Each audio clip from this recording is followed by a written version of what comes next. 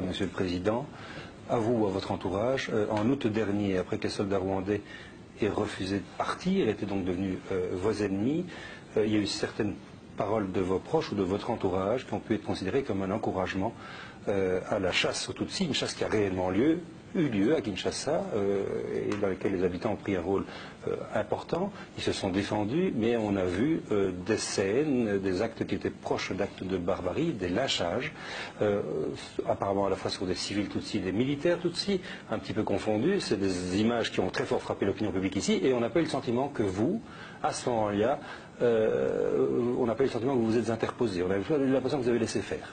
Comment est-ce que vous réagissez par rapport à cela? Écoutez, nous sommes habitués au montage, à la calomnie, au mensonge contre la République depuis que nous avons pris le pouvoir.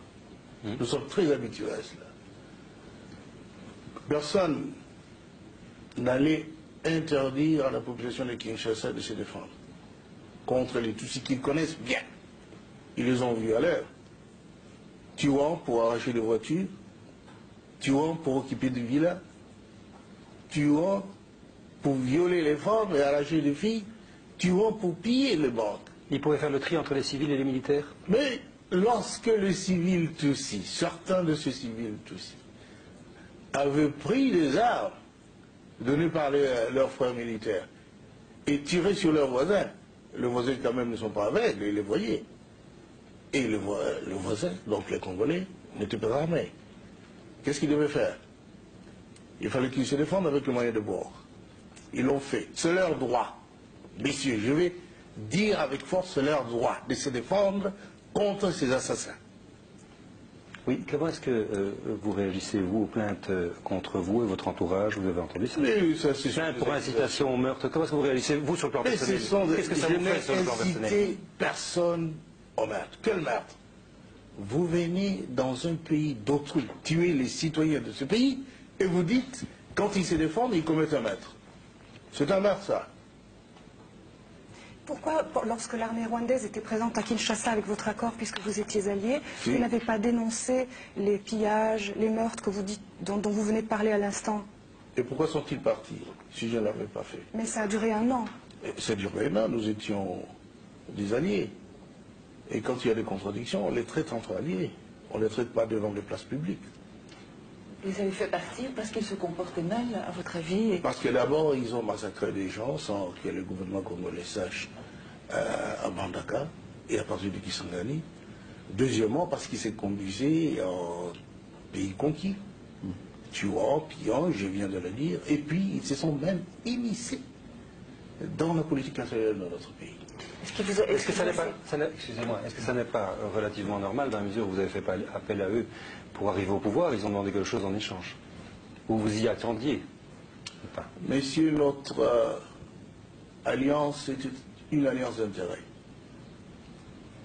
Comment allait-il durer au pouvoir si nous n'avions pas, nous, forces armées congolaises, maintenu les Hutus en état d'incapacité opérationnelle? Ils en avaient besoin. Et c'était de ça que nous avions parlé lorsqu'ils devaient nous laisser le temps de faire passer les armes pour entrer aux Zaïd alors. Nous n'avions qu'une mission, chasser la dictature chez nous et démocratiser la société. Les deux, nous sommes contents de ce qui s'était fait. Mais ils ont voulu maintenant plus.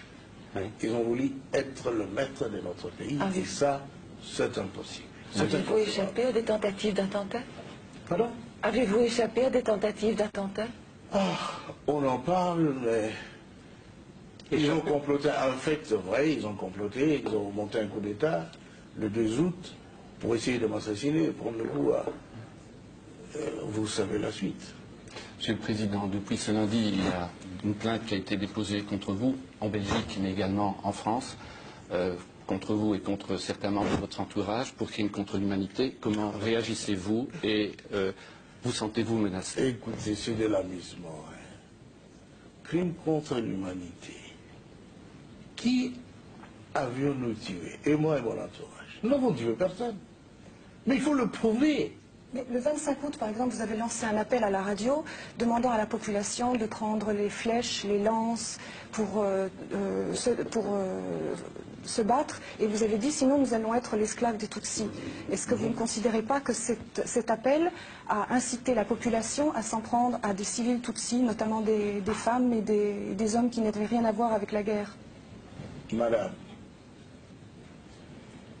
je ne suis pas forcé de vous dire qu'il ne faut pas croire que notre peuple est si naïf pour laisser les esclavagistes venir l'égorger, les soumettre à des exactions que notre peuple connaît tellement, parce que voisin des Tutsis et des Hutus.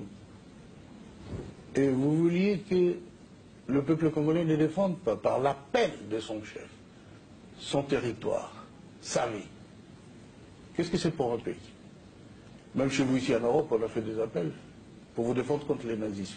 Et alors, vous voulez que les Congolais laissent venir d'autres nazistes, d'autres racistes, les occuper et qu'ils ne se battent pas parce qu'ils n'ont pas d'armes? Ils peuvent utiliser le flèche et tous les moyens qui se trouvent dans leurs mains. Et ils l'ont fait. Est-ce que ça veut dire que lorsque vous vous êtes alliés avec les Rwandais au début de la guerre de libération, vous avez fait preuve de naïveté si vous ne saviez pas qu'ils étaient comme ça, puisque maintenant vous dites qu'on sait bien qu'ils sont comme ça? La question, est-ce que vous avez mal choisi? Est-ce que vous avez mal choisi vos alliés? Nous n'avons pas mal choisi les alliés. Dans la politique, il y a la tactique. Et puis, c'est momentané, les alliances, parfois. Et lorsque ça tourne mal, chacun a intérêt, son intérêt de son côté, parce qu'il sait pourquoi il a fait alliance. Je n'ai pas mal choisi mes alliés, parce que c'était un bon choix. Ce sont les alliés qui ont tourné Kazakh. Et non, non. Oui, Madame Rack.